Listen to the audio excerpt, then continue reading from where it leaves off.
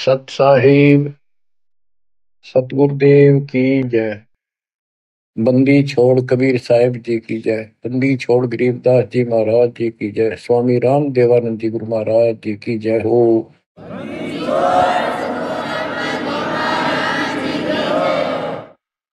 सर्व संतों की जय, सर्व भक्तों की जय, धर्मी पुरुषों की जय। श्री काशी धाम की जय, श्री सुडानी धाम की जय, श्री क्रोथा धाम की जय, श्री बरवाड़ा धाम की जय। सत साहिब परम पिता परमात्मा कबीर जी की असीम रजा से आपको मनुष्य जीवन की सफलता का राज प्राप्त हुआ। रहस्य, यथार्थ, अध्यात्म ज्ञान, सत्य भक्ति। इसके बिना ये मनुष्य जीवन आम सामान्य प्राणी जैसा था, पशु पक्षी के समान है। भक्ति हम मानव शरीर में प्राप्त करके अपना भविष्य सुधार सकते हैं, संवार सकते हैं। अन्य जितने भी शरीर हैं, पशु हैं, पक्षी हैं, कीड़े मकोड़े हैं, ये अपना कर्म भोगते हैं। वो चाहे राष्ट्रपति के घोड़े हों, वहां बढ़िया व्यवस्था है, सेठ के घर कुत्ते भी बन गए और ये वहां उनकी सारी सुविधा है। परंतु ऐसी सुविधा मनुष्य को भी नहीं उपलब्ध होती कईयों को। तो कहने का भाव ये है, मनुष्य जीवन यदि भक्ति नहीं करते मानो स्त्री पुरुष, तो उन पशु पक्षियों में उसमें कोई अंतर नहीं। सुविधा कर्मानुसार पूर्व जन्म के संस्कारों से सबको प्राप्त होती है। दुख और सुख दोनों साथ रहते हैं। अब बात आती है कि भक्ति करनी चाहिए, अवश्य करनी चाहिए।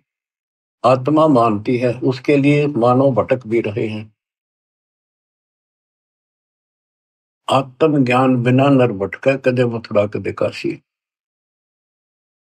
यथार्थ ज्ञान ना होने चाहिए प्राणी। मानव शरीर धारण करके कभी मथुरा कभी काशी, किता न किता अपना राह ढूंढ रहा है कि किता भगवान मिल जाए। कबीर साहब कहते हैं, पर्वत पर्वत में फिरा, कारण अपने राम, राम जैसे जन मिले, जिन सारे सब काम। बताओ कि परमात्मा की खोज में पहाड़ों पर गए, तीर्थों पर गए, संत समागम अटेंड करे, दान धर्म किए, जैसा मार्गदर्शन मिला, और भी देवी देवता पीर मनाए, मंदिर मस्जिद पूजे, तो मनुष्य जीवन प्राप्त प्राणी को सबतर लगन लगी होती है, क्योंकि वो पिछला संस्कार चंगा होता है, उसका बहुत अच्छा संस्कार होता है, इसलिए मानव शरीर प्राप्त होता है। अच्छा संस्कार कैसे मिलता है? कोई भक्ति की है, धर्म पुण्य किए होते हैं, तो उस कारण से इस मनुष्य जीवन में भी प्रेरणा बनी रहती है कि अच्छे काम करो, कोई भक्ति करो। लेकिन जिनको हम अच्छे काम समझ कर रहे थे, धर्म कर्म भी करते थे और भक्ति भी करते थे, वो शास्त्र विरुद्ध होने से, वो एक आने की नहीं, एक नए पैसे की नहीं। क्योंकि हमारे जो स्पिरिचुअल हैं, हमारे जो आध्यात्मिक ग्रंथ हैं, ये भगवान के विषय का संविधान है। इसमें जैसा कुछ करने को कहा है और न करने को कहा है, हमें वो ही करना पड़ेगा, तभी सफलता होगी। जो हमारे ग्रंथ बताते हैं, हमने उनके अनुसार चलना होगा। इसके लिए जो से हिंदू समाज है, वो अपनी पवित्र गीता, पवित्र वेदों और पवित्र पुराणों को सत्य मानते हैं। और हमारे हिंदू धर्म के धर्म गुरुओं ने जो ज्ञान बताया, उन्होंने यही कहा है कि गीता वेद पुराणों में ऐसा ही लिखा है, ये भक्ति करो। अब यहां हमने सबसे पहले ये देखना होगा कि जो स्पिरिचुअल है, शास्त्र है, हमारे धार्मिक शास्त्र है, वो कौन से किस लेवल के हैं, किस स्तर के हैं। 5 वेद है, वैसे तो वेद एक ही होता है। वेद का अर्थ ज्ञान होता है, बोध का अर्थ भी ज्ञान होता है। भक्ति बोध, भक्ति का ज्ञान। वेद, वेद का अर्थ ज्ञान। सूक्ष्म वेद यानी सवसम वेद, जो भगवान ने सब अपने मुख से बोला होता है, उसको सवसम वेद, सूक्ष्म वेद बोलते हैं। ये कंप्लीट, इसके अंदर कंप्लीट मार्गदर्शन है, ये कंप्लीट है, संपूर्ण है। यह वेद परमात्मा ने, जब हम अपने कर्म छोड़ कर यहाँ पृथ्वी पर इसके साथ आगे, इसके ब्रह्मांडों में, जब तक हमारी पूंजी रही तो हमें सारे ठाठ दिए इसने, आप भी लूटता रहा। और जब हमारी पूंजी लाए थे वह खत्म हो गई, हमें पटक दिया धरती पर, फिर कमाओ और फिर ऊपर आओ। आपको मैं बार बार बताता हूँ, यह कोई बच्चों की कहानी नहीं है, ये सत्य से परिपूर्ण है और आपने इसको सत्य मानना होगा। एक मूर्ख लड़की अपने घर से पैसे निकाल कर 30-40 सोना अपने घर से निकाल के उसकी शादी के लिए घर वाला ने तैयार कर रखा, और एक दुष्ट के साथ भाग दी। जब तक वो पैसा वो लेकर आई थी, वो खर्च नहीं हुआ इतने, तो वह सर पर रखी। फिर उसकी दुरुस्ती करके जा कमा और खा, दारू पीवे, मांस खावे, और वह मजदूरी करने लगी, वो उसकी ग्रेजुएटी कर। तो वो दशा आपकी है, आप मानव से मत मान, मानना पड़ेगा क्योंकि आप भक्त हो गए। 100 की 100 सच्ची है। अब यहाँ मजदूरी बता रखी है, इतना करो, दान करो, यज्ञ करो, बस नाम जपो तो उठपटांग जपो, जो मोक्ष ना दे, और घने करो तो ओम जपो। फिर हरे कृष्ण राधे श्याम ये दूध भेज रखे, सारे नकली नाम बताइए, इसके आधार से स्वर्ग जाओ। स्वर्ग एक होटल है, वहां आपकी पूंजी ऑटोमेटिक ऑनलाइन जमा रहती है। आप जैसा वहां खाते पीते मौज करते, ऑनलाइन पैसे कटते रहते। उस होटल का चार्ज अलग से होता है, और सुविधा जो आपको देते उनका चार्ज साथ होता है। जैसे वहां कोई खाने की चीजें लेते हैं, 10 रुपए की 20 में देते हैं होटल में, क्यों हमारे आदमी जहाँ पैसे गणे होते हैं, उन्हें क्या लेना देना कितने गिराको। तो ये दुर्गति आपकी यूं की हो रही है, आप विचार करो इन बातों पर। आप किस चीज पर सेट हुए बैठे हो, 1 मिनट में मृत्यु हो जाती है। बैठे बैठे राष्ट्रपति तक मर जाते हैं, एक्सीडेंट हो जाते हैं। पोलैंड देश का एक पूरा कैबिनेट, प्रधानमंत्री, सारे मंत्री, दूसरे देश उसका मित्र देश था, उसमें कोई पूर्व प्रधानमंत्री की डेथ हो गई थी। उसकी मुंह कांड जाते शोक व्यक्त करो, वो विमान न दुर्घटनाग्रस्त हो गया, एक्सीडेंट हो गया, हम सारे मर गए। और ताजे ताजे बने थे, 6 महीने पहले उनकी कैबिनेट बनी थी। और ऐसे गंदे लोग में माचे माचे फिरो तुम, आंख खोलो। इस सत्संग को सुनकर भी आंखें नहीं खुलती, वो पत्थर प्राणी है, उसके भक्ति का अंश नहीं है, वो इंसान भी अच्छा नहीं। तड़प जानी चाहिए, तड़पला जानी चाहिए आत्मा को, पिता का मर गया हम किस पे फंस गए। यहाँ सुख नाम की चीज नहीं, रैम नहीं की धरती पर किसी के प्रति। किसी स्वर से धोता है तो वो राजी बोलेगा, स्वर से धोते मुंह फेर लेगा। हम इतने बिगड़ चुके, यहाँ पर हम देवता थे सतलोक में, अब दोबारा से आपको इतना प्यार किया जा रहा है। पहले तो पशु तो मनुष्य बनाए, बीड़ी शराब मांस तम्बाकू गटबड़ बकवाद करते फिरते थे, वो छुट्टी, फिर ज्ञान सुना के देवता बुलाए। अब इस भक्ति को ध्यान से सुनो, इस ज्ञान को ध्यान से सुनो। इसी तरह आत्मा का उबारा होगा, आत्मा में ज्ञान प्रवेश होगा, अपने आप ये सेट होती चली जाएगी। दास पहले पाड़ी जाता था, पाड़िया जैसे व्यवहार हुए बकवाद। स्कूल में जान लग गया, 5-6 महीने तो वही चले, फिर धीरे धीरे सेट होना पड़ा। और पढ़ते पढ़ते पढ़ते पढ़ते और छोटी सी पोस्ट भी ग्रहण कर ली। तो इसी प्रकार अगर हम इस मार्ग पर नहीं आएंगे तो हम नो के नो रह जाएंगे। तो कहने का भाव ये है कि ये आपके एक स्कूल की पीरियड है, ये सुनते रहो। आजकल तो सारी सुविधा हो रही है, रिकॉर्डेड लेक्चर फिर भी सुन सकते हैं, पर सुना इसी लगन से जैसे अब सुन ले। भूल जाए आध घंटा जितनी देर सुने, सब क्या है ना, और ध्यान से सुने। तो प्रसंग चल रहा है कि हम यहाँ आकर फंस गए, तो इस काल ने हमारी दुर्गति कर दी कि इन्हें वापस नहीं जाने दो। इसको पता है कि हम उस परम पिता के अंश हैं, कबीर भगवान के। और माँ बाप को पता होता उसका बेटा बेटी की तो दुख ही हो रहा हो, उसकी आत्मा तड़पती रहती है पार वैसे के नाम से।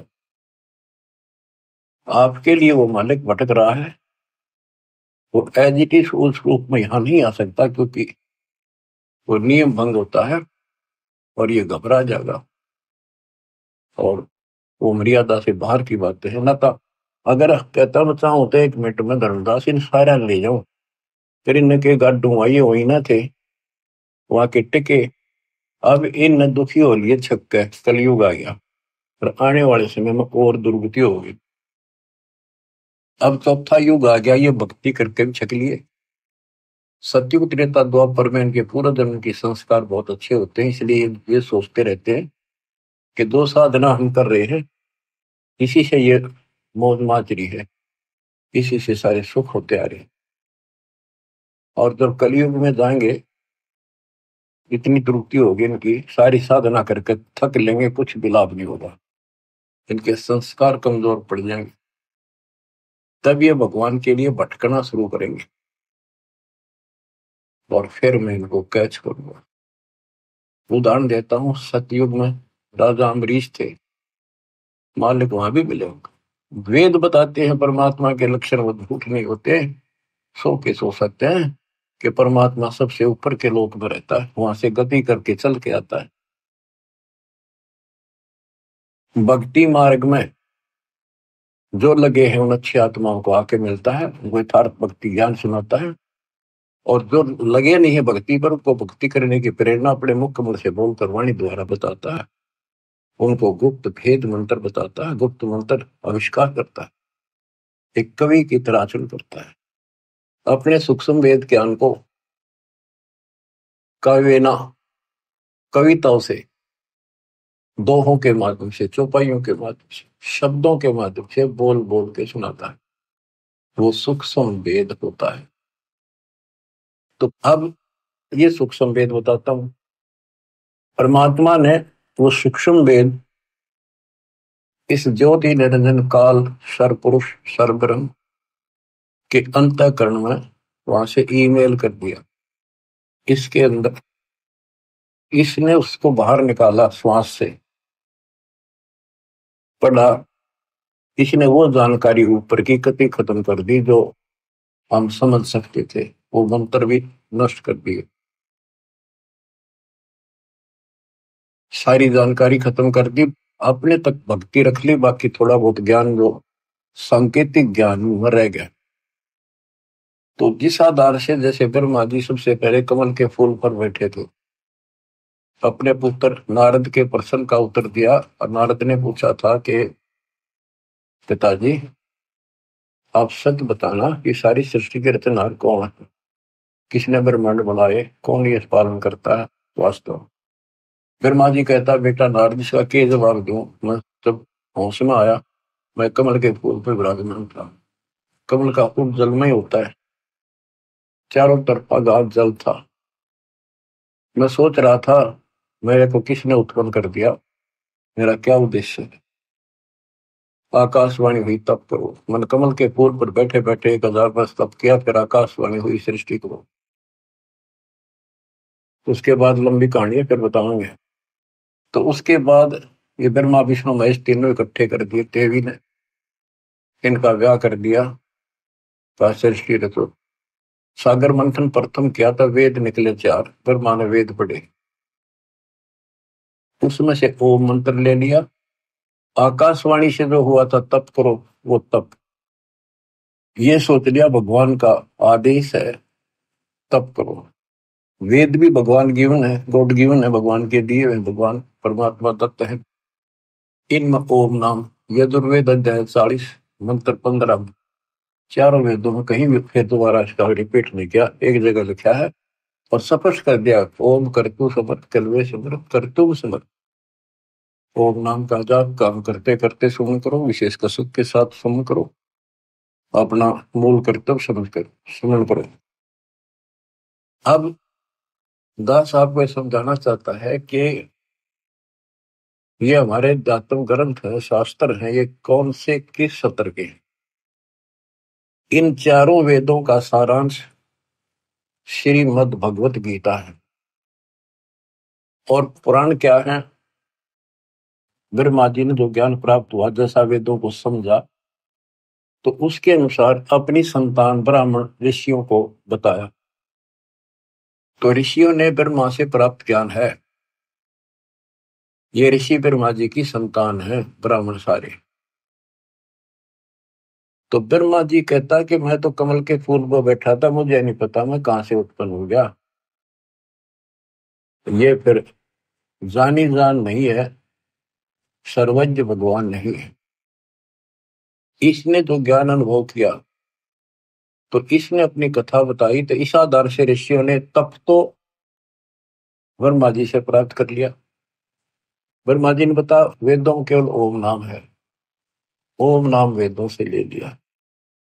तो इस आधार पर ब्रह्मा जी के वंशज ऋषियों ने तप किए, जबरदस्त तप किए, शरीर गाड़ दिए, परवाह नहीं की, मिट्टी चढ़ गई शरीरों पर, खाना पीना त्याग कर मन की चाह मन लगे कि भगवान मिले तो जीवन सफल, नहीं तो व्यर्थ है। तप किया, ओम नाम का जाप किया। ओम नाम के जाप से ब्रह्मलोक प्राप्त होता है। गीता अध्याय 8 श्लोक 13 में गीता बोलने वाला कहता है, मुझ ब्रह्म का ओम इति एक अक्षर ब्रह्म व्यवहारं माम अनुसमण यह परियाति तदंदेहम स याति परमाम गति। ओम इति एक अक्षर, केवल एक ओम अक्षर है, ब्रह्म व्यवहारं माम अनुसमण, मुझ ब्रह्म का स्मरण करने का, माम ब्रह्म। और जो इसका अंतिम सांस तक स्मरण करता हुआ शरीर त्याग कर जाता है, वो ओम से मिलने वाली प्रगति प्राप्त करता है। देवी पुराण शरीर देवी दुर्गा जी अपने शिष्य प्रिय शिष्य हिमालय राजा को ये बताती है कि यदि तुम्हें मोक्ष चाहिए, उसने कहा जी मुझे ब्रह्म की जानकारी दो, मोक्ष मार्ग बताओ। तो देवी ने कहा कि और सब बातें छोड़ के ओम नाम का जाप कर। इस ओम नाम के जाप से तू ब्रह्मलोक में जाएगा, जहां पर वो ब्रह्म रहता है उसको प्राप्त कर लेगा, तेरा कल्याण हो। गीता अध्याय 8 श्लोक 13 में कहा है कि मुझ ब्रह्म का एक ओम मंत्र है। यजुर्वेद अध्याय 40 मंत्र 15 में कहा है कि ओम का नाम जाप करो।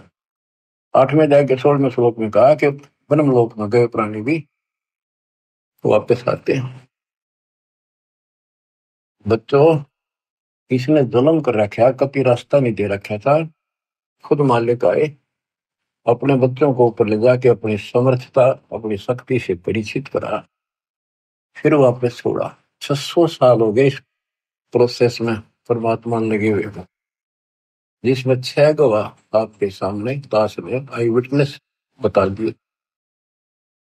जब जाके दास की भी तसल्ली हुई कि सचमुच कबीर ही को न कबीर न को भगवान माने, दानक दुल्हा सारी उम्र कपड़ा बनता बनता मर गया, रोटी भी ठीक से टाइम पर नहीं बनती थी, इसी को तो सक्षम कहते हैं। उसने जरूरत ही नहीं था, सब कुछ संकेत पे है उसके। 18 लाख बाबा जी आगे चेला समेत, और सारी काशीनाथ जी कितने आए, 3 दिन तक भोजन खवाए। वो एक कुटिया में बैठा था जब भी, घर में कुछ नहीं था।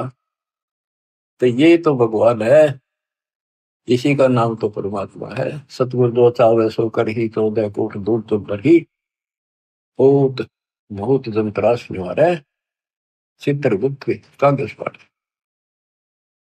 अब बच्चों को प्रश्न चल रहा है कि हम जो साधना करते हैं वो शास्त्र अनुसार होनी चाहिए। अब शास्त्र कौन से ठीक है? जो हमें मान्य हो भगवान की भक्ति के लिए। हिंदुओं के लिए वेद और गीता ये एथेंटिक शिवचर है, एथेंटिक धार्मिक ग्रंथ है, ये प्रमाणित है। और पुराण जो है ये ऋषियों का अपना अनुभव है, जैसा इन्होंने साधना की उससे जो उपलब्धि हुई। इन्होंने हठ योग किए, समाधि लगाई, समाधि के अंदर इनको किसी को तो इस काल ने ब्रह्मा के रूप में दर्शन दे दिए, किसी को विष्णु के रूप में, किसी को शिव जी के रूप में। तो ऋषियों ने मान लिया भगवान पा गया, ब्रह्मा के रूप में दर्शन दिया उन्होंने। ब्रह्मा जी के पास जाकर स्तुति करी, आप भगवान हो, सारी सृष्टि के मालिक हो, आप अपने को छुपाए बैठे हो, हमने पहचान लिया। इसी प्रकार विष्णु जी को ब्रह्म पैदा कर दिया, जिनको काल ने विष्णु रूप में दर्शन दिया। उन्होंने मान लिया कि मैं ही सारी सृष्टि का कर्ता रचनहार हूं, नथिंग एल्स। इसी तरह शिव जी को, इसी बात पर एक दिन ब्रह्मा और विष्णु जी की आपस में लड़ाई होगी। ब्रह्मा जी गए विष्णु जी के पास, विष्णु जी ने सम्मान नहीं किया उनका, आजा भाई, मैं बड़ा भाई है उसका, तो भी नहीं कहा आजा बैठ जा। इनकी देखो बच्चों विचार करो, जिनको भगवान मानते थे इनमें शिष्टाचार की भी कितनी कमी थी। एक बड़ा भाई है विष्णु जी का, और ये बैठा था शेष नाग की सैया पर। लक्ष्मी जी इसके चरण में बारी थी, आसपास इसके प्रशंसक खड़े थे विष्णु जी के। ब्रह्मा जी आया तो इसने अपना अपमान मान लिया कि इसने खड़ा होकर मिलूं, हाथ मिलाऊं या सीने से लगाऊं या नो को आओ जी बैठो, कितना भी ठीक है इसने। ये फिर काम करो अच्छे भरे पड़े हैं ना, भगवान मान्या करते। इस बात का दुख ब्रह्मा जी ने मान्या, अब इसने सम्मान भी ना किया। न बोला वो अभिमानी, मैं तेरा बाप हूं, सारी सृष्टि का रचने वाला हूं, तू मेरे से पैदा हुआ और मेरा सम्मान नहीं करता, अपने बाप को देखकर भी तू अहंकार करता है, तू मेरा बेटा है और फिर भी सम्मान नहीं करता। उसमें बोला तू मेरा बेटा, मैं तेरा बाप, तो मेरा ना भी कम से हुआ था। तो उसके प्रशंसक खूब हंसे। तो सबने बताया था कमल के फूल को तुम उत्पन्न हुआ, और विष्णु के नाभि से कमल निकला।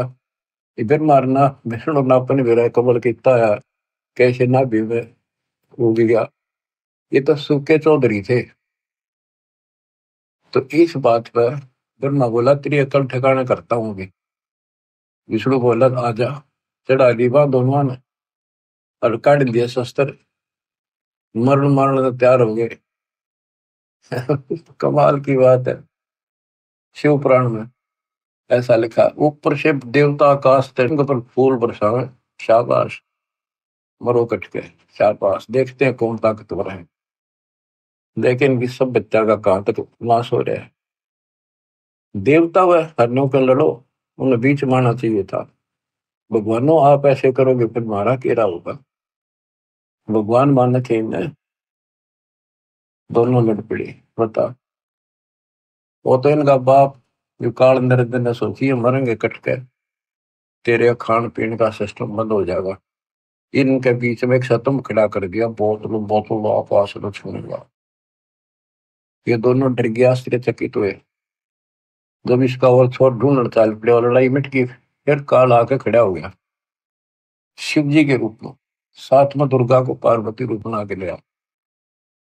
तब उनसे कहता कि बेटा तुमने अपने आप को भगवान मान लिया, ये तुम्हारी बहुत बड़ी गलती है, तुम भगवान नहीं हो, यू आर नॉट गॉड।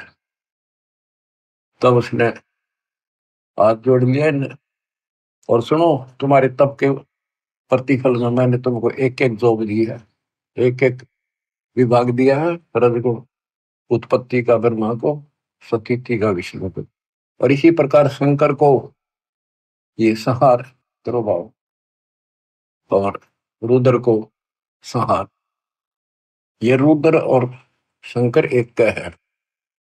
देवता ने महाराज जब इसने तिरुभाव कहते हैं, आम आदमी ने महाराज जब इसको रुद्र कहते हैं।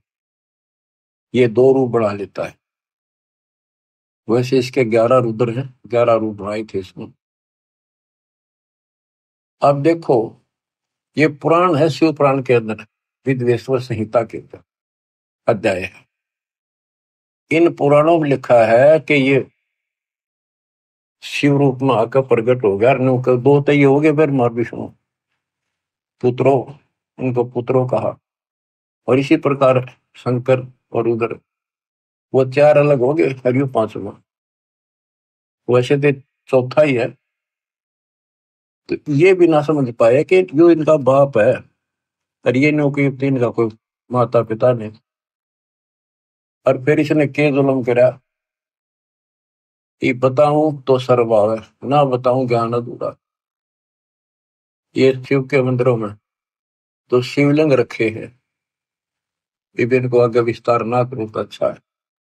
एक मिट्टी के पत्थर के बने हुए ये 2 आइटम इन्हें दे गया आराम खोर। ये डरता नहीं है, माथे का ला लिए वह शिवलिंग पूजा।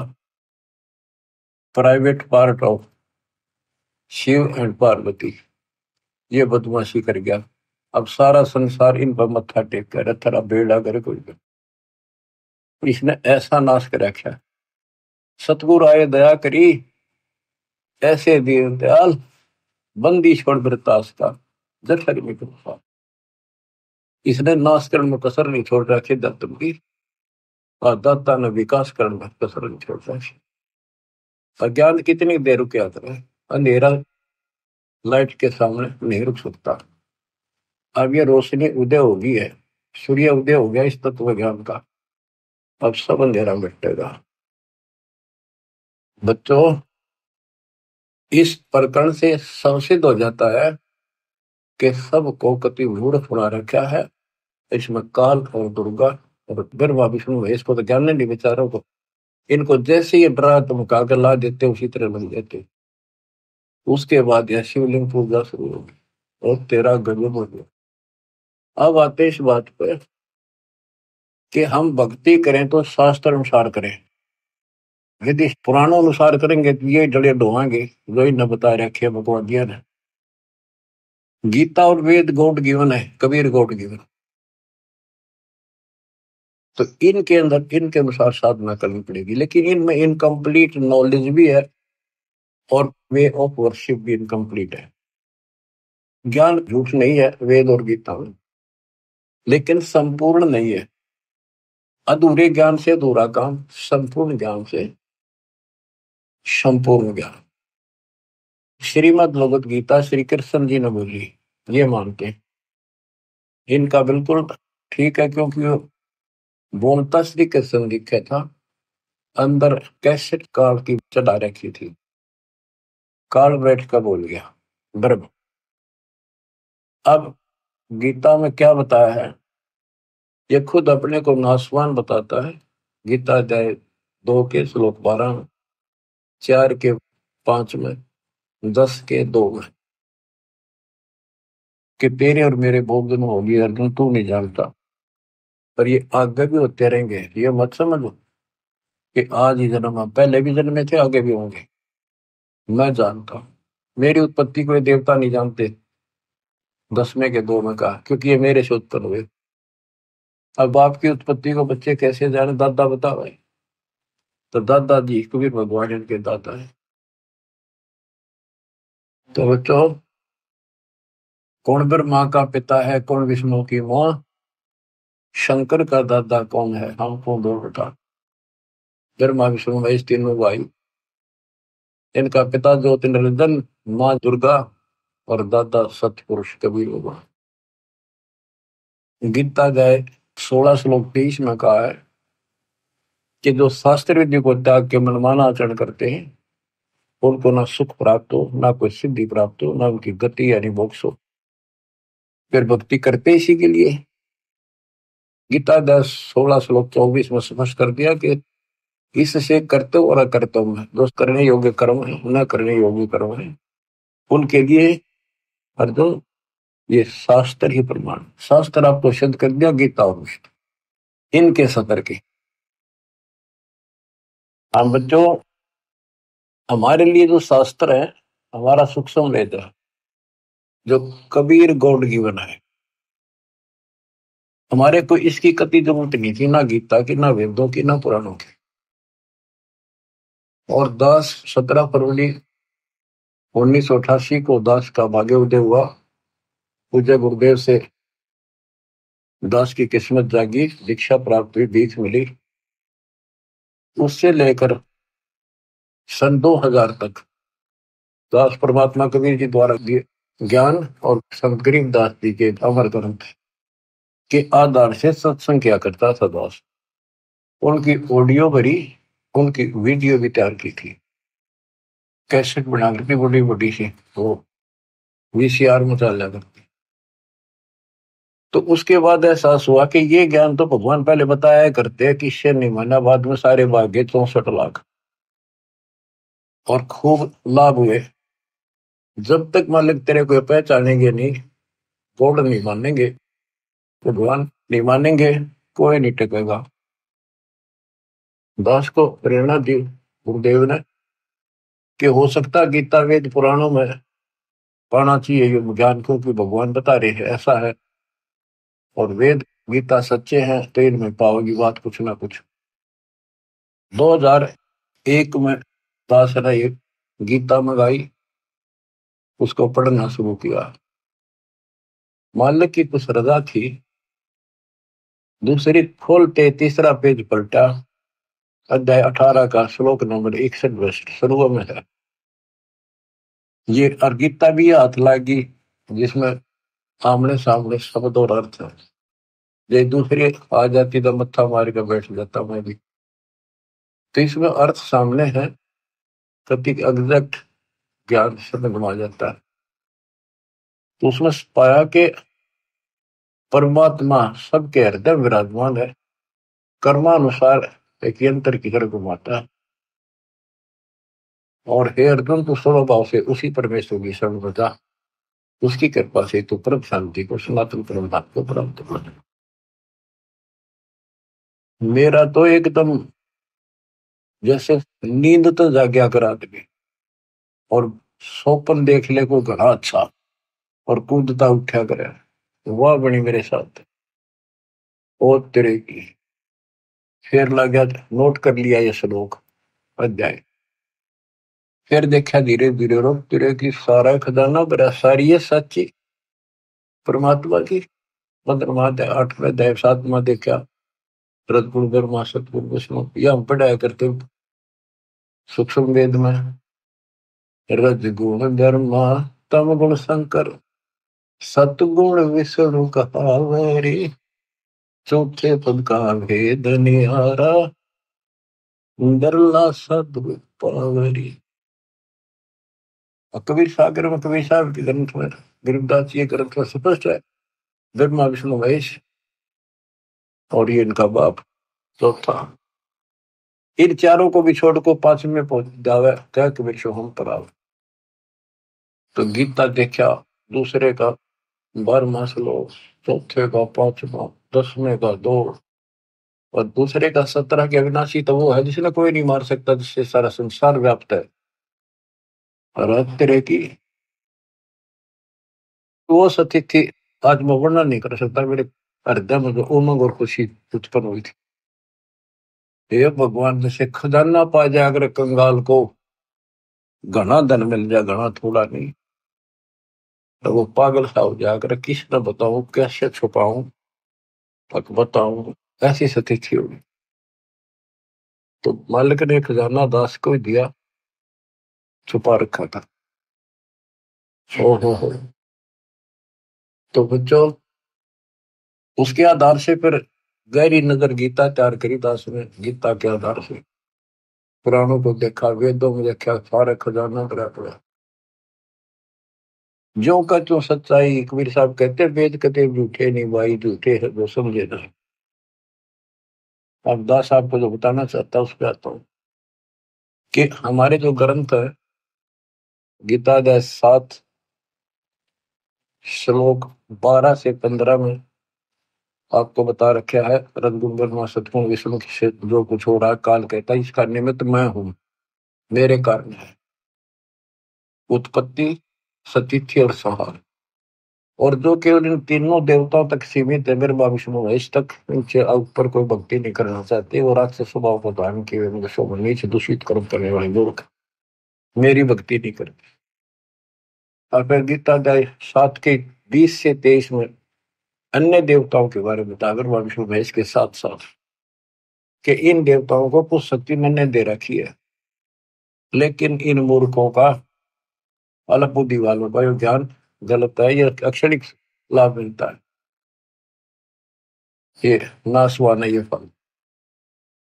अपनी भक्ति को भी बताता, 4 प्रकार के करते हैं, अर्थार्थी, आर्थ, जिज्ञासु और ज्ञानी। ज्ञानी श्रेष्ठ माने क्योंकि ये मोक्ष चाहते हैं, इन्होंने मुझे सुप्रीम मान लिया, मेरे आधार पर ओम नाम का जाप किया, वेदों तक सीमित रहे, ये भी मेरे वाली अनुपमा गति में आश्रित है, इसमें आश्रित रहेगी। क्योंकि ऋषि मुनियों तप करे, ओम नाम का जाप करा, तब से राजा बन गए, ओम नाम से ब्रह्मलोक में गए, ब्रह्मलोक में जाकर फिर वहां पे शाही जन्म मन बना रहा। फिर बताया कि खाक भक्ति हुई, जन्म मृत्यु मिटाया नहीं, सतलोक गए, फिर वो वापस लौट के नहीं आए, ब्रह्मलोक में गए, फिर आकर मरे, क्या फायदा उस भक्ति का। अब जो प्रश्न चल रहा है कि 7 में 18 में कहा है कि ज्ञानी आत्मा है तो उदार, पर मेरे वाली अनोत्तम गति में सचित है। 7 में 19 में कहा है कि बहुनाम जन्मानाम अंते ज्ञानवान माम प्रपद्यते, बहुत बहुत के अंत के जन्म में कोई ज्ञानी आत्मा मेरी भक्ति करता है, ना तो दूसरी भक्तियों में जीवन नष्ट कर जाते हैं। मेरी भक्ति भी कोई कोई ज्ञानी किसी अंत के जन्म में एकादे में भटक कर करता है, ना तो नीचे वाली देवताओं में भक्ति करते रहते हैं। वासुदेव सर्वमिति स महात्मा स्वरूप होता है, ये बताने वाला कि वो वासुदेव सारी सृष्टि का रचने वाला, सबके ऊपर जिसकी सत्ता, जिसकी साहिबी, जिसकी सत्ता, जिसकी हुकूमत सबके ऊपर है, वही पालन करता है, वही उत्पत्ति करता है, वही कर्मों की मार से बचा सकता है, पाप कर्म नष्ट करता है, वो आयु बढ़ा देता है, उसकी भक्ति से मोक्ष प्राप्त होता है, ये बताने वाला महात्मा शोध गीता अध्याय 4 श्लोक 32 में कहा कि वो परमात्मा सच्चिदानंद घन ब्रह्म। इन्होंने अर्थों के भी अमृत कर रखे हैं, अनुत्तम का अति उत्तम कर दिया, वर्ग का जाना होता है आना कर दिया, अनुत्तम का अर्थ अश्रेष्ठ होता है उसको सर्वश्रेष्ठ कर दिया। यहाँ गीता अध्याय 4 श्लोक 32 में ब्रह्मण मुखे शब्द है, उसका ब्रह्मण का अर्थ वेद कर दिया, यहाँ लिखना था सच्चिदानंद घन ब्रह्म।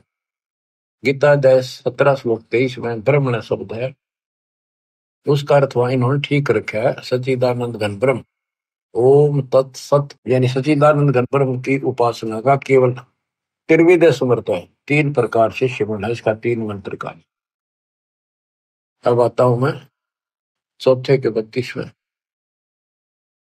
उसमें लिखा कि परमात्मा अपने मुख कमल से, सच्चिदानंद घन ब्रह्म अपने मुख कमल से वाणी जो बोलता है, उस वाणी में ऐसा ज्ञान है जिससे सारे कर्म समाप्त हो जाते हैं, जन्म मरण मिट जाता है, सदा सुखी हो जाता है। उस ज्ञान को चौथे अध्याय के 34 में तत्वदर्शी संतों से पूछो। दंडोत प्रणाम करो, दंडोत प्रणाम करने से, निष्कपट भाव से, सरलता पूर्वक, नम्रता पूर्वक प्रसन्न करने से वो तत्वदर्शी संत जो तत्व ज्ञान का उपदेश करेंगे। उस परमात्म तत्व का, कौन से का, 18 अध्याय के 62 वाले का, उस परमात्मा उसका ज्ञान होता है। वो कौन है? 7 अध्याय के 29 श्लोक में गीता बोलने वाले ने कहा है कि जो केवल जरा वृद्धावस्था के कष्ट से, बच्चों वृद्धावस्था का जो दुख है ना, ये मृत्यु से भूंगा है, मौत तो एक बार हो जाए, और यो कम से कम 20 साल मरे। ग्रैंड कभी आंख दुख है, कभी चार दुख है, कभी टांग दुख है, कभी शुगर बढ़ गई, कभी बीपी बढ़ गया, उठा जाना बैठा जाना, कब्जी होगी, गैस में को सुना नहीं, रोए बैठ के। तो कर्महीन इंसान तो भक्ति नहीं करते, भक्ति करने वालों पर यह असर नहीं होगा, लेकिन मर्यादित रहेंगे तो। भक्ति भी कबीर साहब की अरदास के माध्यम से, कि वो केवल जरा मरण से छूटने का, मृत्यु से दुख से बचने के लिए केवल प्रयत्नशील है और कुछ नहीं मांगते। वो तत्परम से, सारे धातुओं से और सारे कर्मों से परिचित है। आठवें के प्रथम अर्जुन ने प्रश्न किया, किम तत्परम, तीसरे में उत्तर दिया, आठवें के श्लोक में तीसरे में, वो परम अक्षर परम है। आठवें के 5-7 में गीता बोलने वाला अपनी भक्ति कहता है, मुझे भक्ति कर मेरे पास रहेगा, जन्म मरण बराबर रहेगा अपना दोनों का। ये पहले अध्याय में सिद्ध कर दिया आपको। 8 में के 8, 9, 10 में कहा, सचिदानंद ब्रह्म की जो भक्ति करता है परम अक्षर ब्रह्म की उसके पास होता है। 15वें अध्याय के चौथे श्लोक में कहा है कि तत्व ज्ञान रूपी शस्त्र से इस ज्ञान को काटकर उसके पश्चात परमेश्वर के परम पद की खोज करनी चाहिए, जहां जाने के बाद साधक फिर लौट कर संसार में नहीं आते। जिसने सारी सृष्टि की रचना की है उसी की भक्ति की। 15वें अध्याय के 17वें श्लोक में कहा कि उत्तम पुरुषत्व ने परमात्मा ही उदारते हैं। उत्तम पुरुष, पुरुषोत्तम श्रेष्ठ परमात्मा तो कोई और है? जो परमात्मा कहा जाता है परमात्मा, और जो तीनों लोकों में प्रवेश करके सबका धारण पोषण करता है, वो अविनाशी परमेश्वर है। अब गीता यही समाप्त हो जाती है जब ये कहता है कि उस तत्व ज्ञान को किसी तत्वदर्शी शब्द से जाकर पूछो। मोक्ष उससे होना, जन्म मरण उससे मिटना, गर्भावस्था का संकट उससे कटना, एक मालिक कुल का वही है। उसकी साधना कहाँ है? वो ना वेदों में। वेद कतेब, वेद ये 4 और 4 कतेब इन मुसलमानों की, ईसाइयों की, जबूर, इंजिल, तौरेत और कुरान। ये 4 कुरान, 4 किताब और 4 वेद कतेब एक जैसा ज्ञान है, यानी इनकम्प्लीट है। हम इनको गलत नहीं कहते कि गलत है, अधूरा ज्ञान है। अधूरे ज्ञान तो फिर लाभ क्या होगा, अधूरा ही काम। अब आपको बताता हूँ थोड़ा सा पाक कुरान मजीद।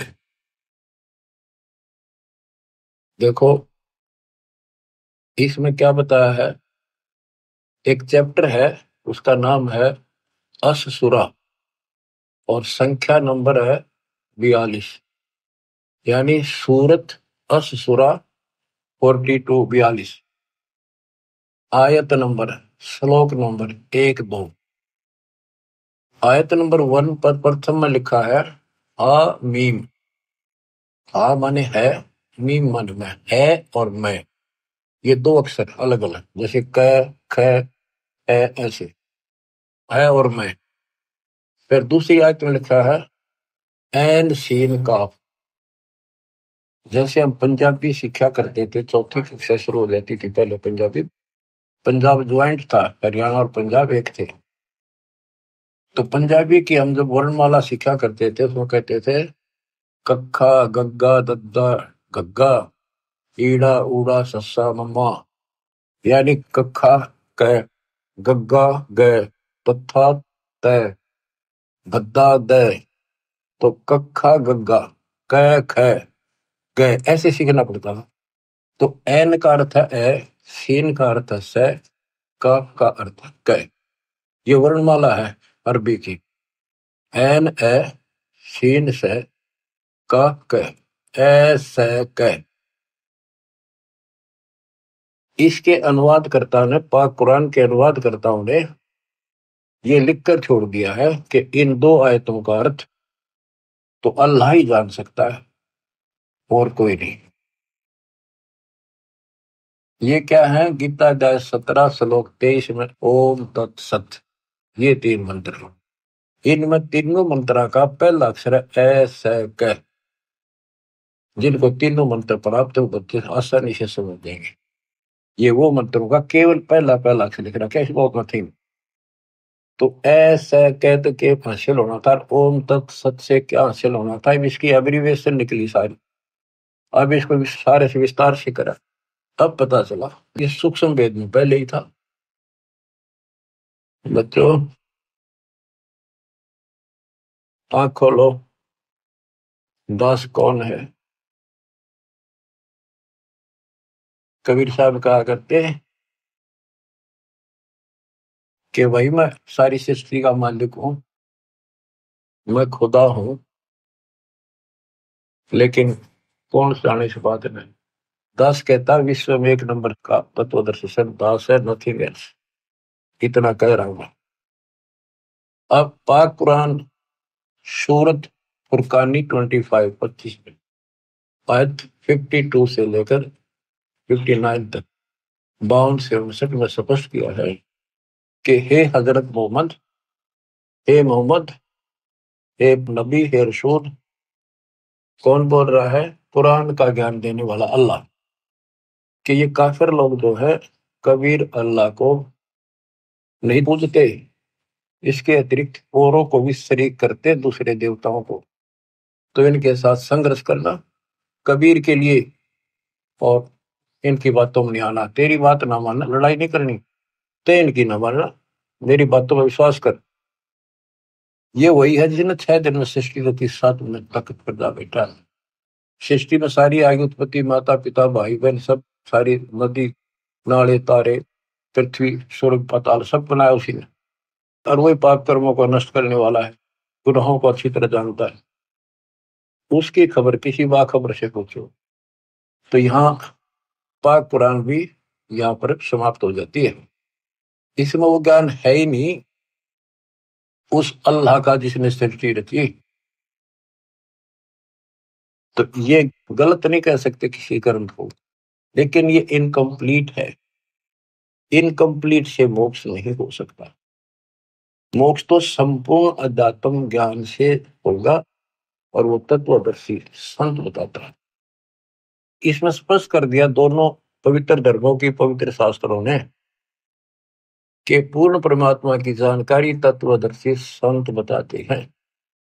जैसे पाक कुरान सूरत अस-सूरा 42 में प्रथम आयत में हा मीम, हा का अर्थ है, मीम का अर्थ है मैं। जैसे आहा, मम्मा, कखा पंजाबी की वर्णमाला में, ये अरबी वर्णमाला है। और मैं, इसका अर्थ है हक मंत्र, हक मंत्र, जिसके पहले अक्षर ये है एन सीन का। तो ये बच्चों, ये तो एक संकेतिक है। वेद कहते हैं जो तत्वदर्शी संत होता है वो सदग्रंथों के सांकेतिक शब्दों को विस्तार से खोल कर बताता है, उसका यथार्थ ज्ञान देता है। गीता अध्याय 7 श्लोक 19 फिर दोहराता हूं। बहुनाम जन्मानाम अन्ते ज्ञानवान माम प्रपद्ये। बहुत बहुत के जन्मों के किसी अंत के जन्म में कोई ज्ञानी आत्मा मेरी भक्ति करता है कर्म की, अन्यथा वैसे ही डलेड होकर चले जाते हैं। जैसे मार्कंडेय ऋषि था, ओम नाम का जाप करा था, साथ में तप करा था। ये खिचड़ी ज्ञान है इनके, सारे जड़े लोग हैं। चाहे कितने बड़े ऋषि लग गया करते तुमने, आज वो बालक दिखाई देंगे। इस बालक की दृष्टि से, तत्व ज्ञान की दृष्टि से देखोगे। उसने ब्रह्मलोक की साधना करने का ठान रखी थी, वही टारगेट था। इंद्र आया, इंद्र की उर्वशी भेजी, सब फेल होकर चली गई। तब इंद्र को कहता है, इंद्र आ जा, तो तेरे को सही मार्ग बता दूंगा। ब्रह्मलोक की भक्ति कर ले, ब्रह्मलोक में जागा, ब्रह्म की साधना कर। ये तो सब का ये ज्ञान भर रखा है। इंद्र स्वर्ग का राजा बोला जी फिर देखेंगे, ये तब ना मौज करते। ऐसे ही आप किसी आज कोई पोस्ट पर बैठे अच्छी, पर उसमें समझाने की चेष्टा करो, कोई तो बाद की बातें फिर देखेंगे। कोई चौधरपुरी है, अब्राहिम सुल्तान तुमको देखो, क्या क्या सुख थे, भगवान ने नरक से काट के बाहर गिरा अपने बच्चे को। ये रोड मार रहा था, काल मूर्ख बना रहे। तो कहते हैं बहुत बहुत अंत के जन्म में कोई मेरी साधना करता है, मार्कंडेय ऋषि ब्रह्मलोक में जाकर फिर वापस आओगे, तब से राजा बनेगा, फिर गधा बन के धक्के खाओगे। ये खाक साधना थी। ऋषि मुनि सब करें तपस्या, हे भगवान हमें मोक्ष दिए, तप करवा के राज दे दिया, 184 में ठोक दिए। आपको बताया शिवलिंग की पूजा किसने शुरू करी, किसने करवाई? पापात्मा ने। इसको परमात्मा कहते थे। बच्चों आँख खोल लो, उस बाल की कृपा कैसी बरस रही आपके ऊपर। और इतना ज्ञान समझ गए बच्चों, नहीं मानोगे तब तो पत्थर हो गए। काम न मना नहीं किया किसी संत ने, लेकिन भगवान बोलना गलत है। खूब डटकर मेहनत मजदूरी करो, किसानी करो, दुकान पर जाओ, जो भी जॉब है काम करो, नौकरी करो, नेक नीति और डट कर सेवा करो, गफलत ना करो वहां पर, ताकि सबको अच्छा लगे कि भगवान से डरने वाला है, किसी भी काम में कोताही नहीं करता, कोई आलस नहीं करता, ठगी नहीं करता। और मालिक ने याद रखो, अब जैसे आपको बताया कि पंजाब का एक राम राय नाम का सरदार जी थे, वो लोग परमात्मा के चाहने वाले, संतों का सम्मान करने वाले शुरू से ही हैं, क्योंकि उनके गुरुओं ने एक ऐसी धारणा में भर रखी है। संत गरीबदास जी का एक शिष्य ब्रह्म वेदी का पाठ सुबह सुबह बैठकर ऊंची आवाज में एक तालाब पर बैठकर करे था, स्नान करके कुएं पर, तालाब पर वहां बैठ के ब्रह्म वेदी यानी वाणी का पाठ करे था सुबह सुबह, गरीबदास जी की वाणी का, जो हम नित्य नेम करते, उनका अपने हिसाब से बनाया हुआ था, उसी वाणी से निकाल कर। तो राम राय चौधरी 900 बीघे का मालिक था।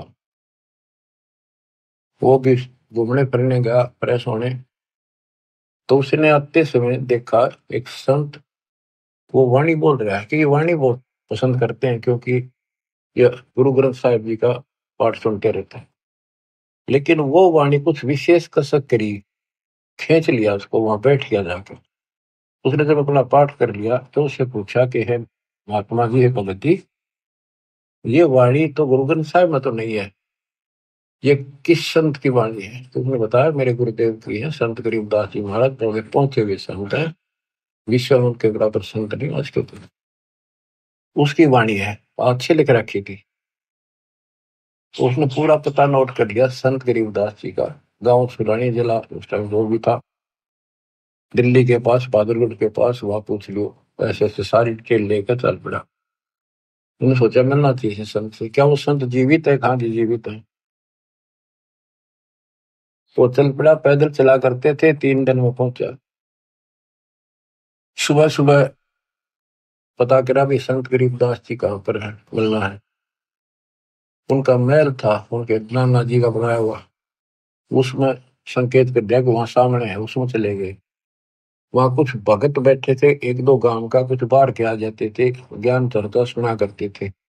गरीबदास जी सुबह सुबह एक बार घूमने जाते थे, किसान थे, 2,500 बीघा जमीन थी, अहंकार नहीं था, खेत में जाते थे, पशुओं का चारा काट के सर पर धरका ध्यान लेके आया करते, घूम भी आते थे।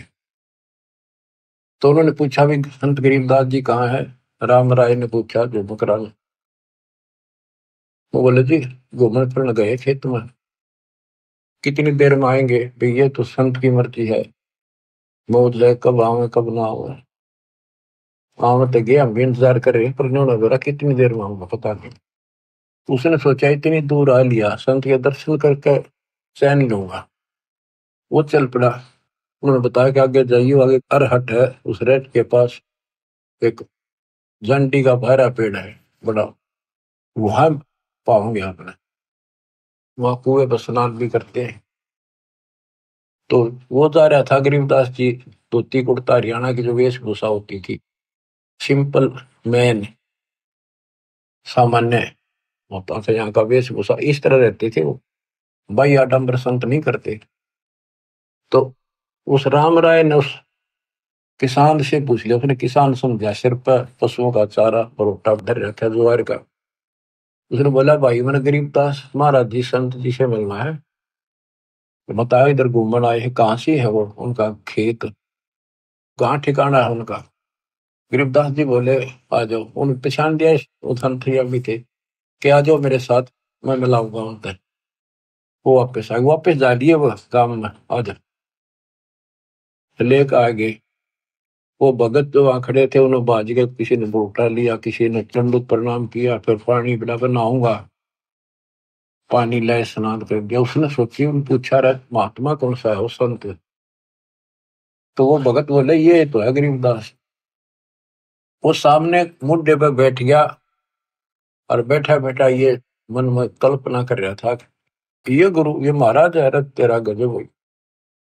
उसने कल्पना कर रखी थी, उसका इमेजिन था कि बड़ी बड़ी जटा पाऊंगी, गल में माला मलाऊंगी और धूना दाना ला रखा होगा किधर, या डेरा होगा तो बहुत बढ़िया सुंदर कपड़े लाल पीले, यानी कोई आडंबर जरूर पाओगा। संत को ऐसा ही माना जाता है, उधर सारे ऐसे मानते थे। और उसने देखा सिंपल किसान सामान्य आदमी, इसका 2,500 बीघे जमीन बताओ है, इसलिए लोग इसके चापलूसी करते हैं, ये गुरु यूं बना रहे हैं इसको। ये तो मेरे जैसा किसान है, तेरा गजब हो, ये खोदा पहाड़ निकली चुया इतनी दूर था, यू संत पाया। ये मन सोचा बैठा बैठा। गरीबदास जी स्नान करके तुरंत और धोती बांधा करते हैं हरियाणा में, और एक और उसका पल्ला सा धोती का एक बेल्ट सी बांध जाकर उसने अड़बंद बोलना, अड़बंद उसको बांधने के लिए तैयार हुए था। हाथ पे उंगली का चोट लाग रही थी, लीला थी ज्यादा, पट्टी ही बांध रखी छोटी सी। तो राम राय से बोले भाई झुमक रहा, उसने अपना राम राय नाम बताया। परमात्मा बोले रहा झुमक रहा, ये इसका उर्फ नाम था। वो ऐसे चंचल माइंड का था, पूरा मतलब विश्वासी कम था, हर चीज में कोई न कोई पूछा था, छी अटपट रखा करता, तुर्क वितर्क ज्यादा करता था, झुमकरा डगमग से ख्याल का था, इस तरह उसको झुमकरा भी कहते थे। और वहां बैठे बैठे भी वो कल्पना इसी कर रहा था, यो किसा गुरु, ये क्या हुआ फलाना है। झुमकरा का जब मैं उसे समझ गया कि मतलब बताया भी को नहीं, फिर भी उसने कहा कि भाई मेरी एक धोती बांध दे पल्ला, मेरा हाथ का चोट लग गई है। उसने उठ के और वह गांठ लाई, और धोती शरीर के मां के निकल गए, धोती का गांठ लग गई। तो उसने फिर खोला जल्दी, दूसरा फिर ऐसे किया, तीसरा फिर ऐसे करा, वो गांठ फिर शरीर के अंदर से निकला हुआ। तो गरीबदास जी बोले रहे झुमक रहा, मैं तो तेरे जैसा किसान हूं, या गांठ ना लगती क्या बात होगी। ऊपर देखा, विष्णु रूप धारण कर रखा, क्योंकि पुजारी विष्णु का था बेसिक, वो बने हुए थे सिख। लेकिन ये जैसे वहां पर 125 गांव गुजरा के वो सारे सरदार को वहां है, और वो रामकृष्ण के पुजारी हैं ज्यादा से ज्यादा, और गुरु ग्रंथ साहिब का भी सम्मान करते हैं, पाठ भी करवाते हैं। तो कहने का भाव है कि वहां पर वो पैरा में पड़ गया कि भगवान माफ करो, मैंने बहुत अच्छी कुंडी कह दी। फिर वो उसी रूप में आ गए, गरीबदास रूप में, और बैठ गए, फिर चर्चा शुरू हुई। सारा ज्ञान समझाने के बाद वो राम राय कहता है भगवान मैंने सारा घूम लिया, ये ज्ञान नहीं पाया। गरीबदास बोले पाओ भी को नहीं। सब गीता का मूल है राई झूमक रहा, ये सुख संवेद समूल सुनो राई झूमक रहा, तत्व ज्ञान कोई ना कहे राई झूमक रहा, ये पैसे ऊपर नाच सुनो राई झूमक रहा, कोटों मध्य कोई नहीं रे झूमक रहा, अरबों में कोई गर्क सुनो राई झूमक रहा। बच्चों, उनको पूरा ज्ञान बताया कि करोड़ों में नहीं पाओ तो इस ज्ञान को बताने वाला, अरबों में। उस समय संत गरीबदास जी थे, केवल संत गरीबदास जी थे पूरे विश्व में एक रिश्ता तो वेद ले जाने वाले। लेकिन वो डिस्क्लोज ठीक से नहीं करना था उन्होंने, लिखवा के सारा, आज ये आपके लिए खजाना आज खोलना था। अब कलयुग 5 बीत गया वर्ष जब। तो बच्चों आपकी किस्मत देखो, जन्म ऐसे समय में, ये बच्चों का काम नहीं, सामान्य बात नहीं है कि ऐसे संस्कार बनाना ही मालिक ने बनवाए। तेरा कितने युगों से आपको समार कर प्रेरित कर करके चार्ज करते ला रहे, और आज ऐसे समय पर आपको ऐसे समय पर जन्म दे दिया। करीब आने वाली संतान परमात्मा के बच्चे आपसे प्राप्त शरीर में तो बड़ी बुढ़ाई भगता होंगे। और बच्चों जिनके संतान नहीं है उन जैसा आज किस्मत वाला मैं नहीं मानता धरती में। तो समाज कुछ करो, क्योंकि अध्यात्म का जो पैमाना वो अलग है। उनने पिछले जन्म घने सुंदर जी रखे हैं, कभी किसी का एक दाना भी नहीं खाया, ना रखा ना दिया, परमात्मा की बातों का कुछ असर किया, उनका लेन देन कति समाप्त कर दिया, करोसला रखा। इनका उन्हें सतभक्ति मिल गई, वो सीधे वहां जाएंगे। जब डटे रहे तो समाज की तरफ देख कर भी बकवादा बढ़ गए, किसी का गोद ले ला, फरान ले ला, यूं सर दौड़ कर लेंगे। वो संस्कार फिर खराब करेंगे अपने वाले सुख नहीं देते कलयुग में। गोद लिया तुमने किसके सिर में मालिश करेगा। तो मेरा राय है इस कर्म में बना लो, निकल जाओ गंदे लोग तक, निकला जाता होता है। मैं तो दे दी है बालम बरे नू, मैं तो दे दिए बालम बरे, संसारी दी गल्लां चिन्ह न बूझ शब्द जो गहरे, मुर्दों से ती प्रीत लगावे न जाने सतगुरु मेरे। ऊंची थलियां खेती बोवे भूल रहे नजर डरे, श्वेत छतर शिर मुकुट विराजे देखत नास चेहरे। ये संसार समझदा नहीं कहंदा शाम दोपहरे, ये संसार समझदा नहीं कहंदा शाम दोपहरे, गरीब दास ये वक्त जाते है रोगे इस पहरे, गरीब दास ये वक्त जाते है रोगे इस पहरे। बच्चों सुधर जाओ, संभल जाओ। इतना गजब का अवसर आपको मिला है जीवन का। आप सामान्य आत्मा नहीं हो। साधना से ती मस्करी 14 साल मल अखाड़ा जीतेंगे युग युग के बाद। आप वो युग युग के मान हो, वो पहलवान हो इस भक्ति के अखाड़े के फाइनल गेम में आ रहे हो। सावधानी बरतना, मालिक आपको सद्बुद्धि दे, हिम्मत दे, बुराइयों से बचावे, मोक्ष दे। सत साहिब।